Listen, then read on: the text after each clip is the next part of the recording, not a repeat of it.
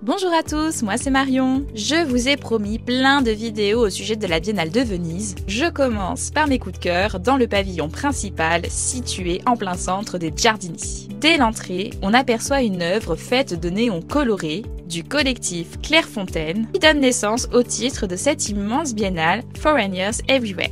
J'ai adoré les toiles torturées de Bertina Lopes, considérée comme l'une des influences majeures des peintres mozambicains du XXe siècle. Ces toiles sont des cris d'opposition et d'action en faveur de l'indépendance. Elle aurait déjà participé à la Biennale de Venise en 2011.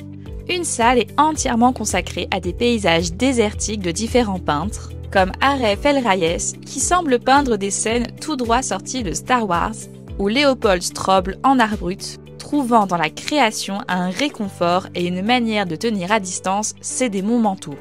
Les sculptures de Kim Yun-shin réalisées entre 1979 et 2001 portent le même titre. Ajouter 2, ajouter 1, diviser 2, diviser 1. Les concepts ajoutés et divisés témoignent d'une relation opposée entre l'art et la nature, la culture et le paysage, la géométrie et l'organique. Ces œuvres ici m'ont tout de suite fait penser à la peinture de Richard Serra. En réalité, il s'agit de Maria Taniguchi et malgré leur surface peinte, il s'agit davantage de sculptures lorsqu'elles se penchent contre un mur, créant du volume dans leur état appuyé. Pas si éloigné que ça de l'influence de Richard Serra finalement. Complètement en opposition, cette salle très colorée abrite les œuvres de Liz Collins, activées par une énergie optique vibrante et des sensibilités féministes queer. Ces immenses tapisseries évoquent des phénomènes naturels comme les arcs-en-ciel, symbolisant la fantaisie d'une utopie queer qui est juste hors de portée. J'ai aussi beaucoup aimé les toiles de Aloïse Corbaz, a priori enfantines et appartenant elle aussi à l'art brut. Elle utilise des matériaux rudimentaires dont elle dispose, notamment du dentifrice. En 1936, la pratique d'Aloïse a été portée à l'attention de son médecin, qui l'a transmise à Jean Dubuffet. En conséquence, son travail est devenu une présence essentielle dans sa collection et sa théorisation de l'art brut.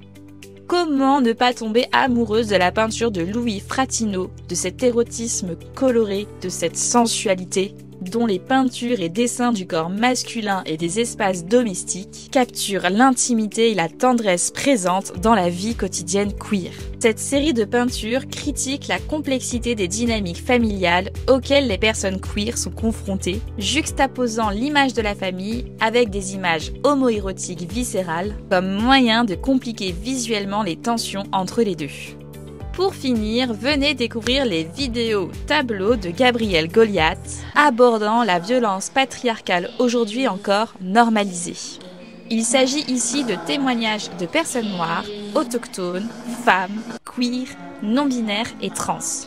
L'artiste met l'accent sur les éléments paralinguistiques tels que les souffles et les déglutitions, permettant de remettre en question les normes de lisibilité et de crédibilité pour encourager un espace de compréhension et de compassion. Elle nous réapprend à écouter. Merci à tous d'avoir regardé cette vidéo. On se retrouve bientôt pour visiter mes coups de cœur à l'Arsenal. Dites-moi en commentaire l'artiste que vous avez préféré. Likez cette vidéo si elle vous a plu et n'hésitez pas à la partager pour que l'algorithme soit content. Et abonne-toi si tu aimes l'art contemporain.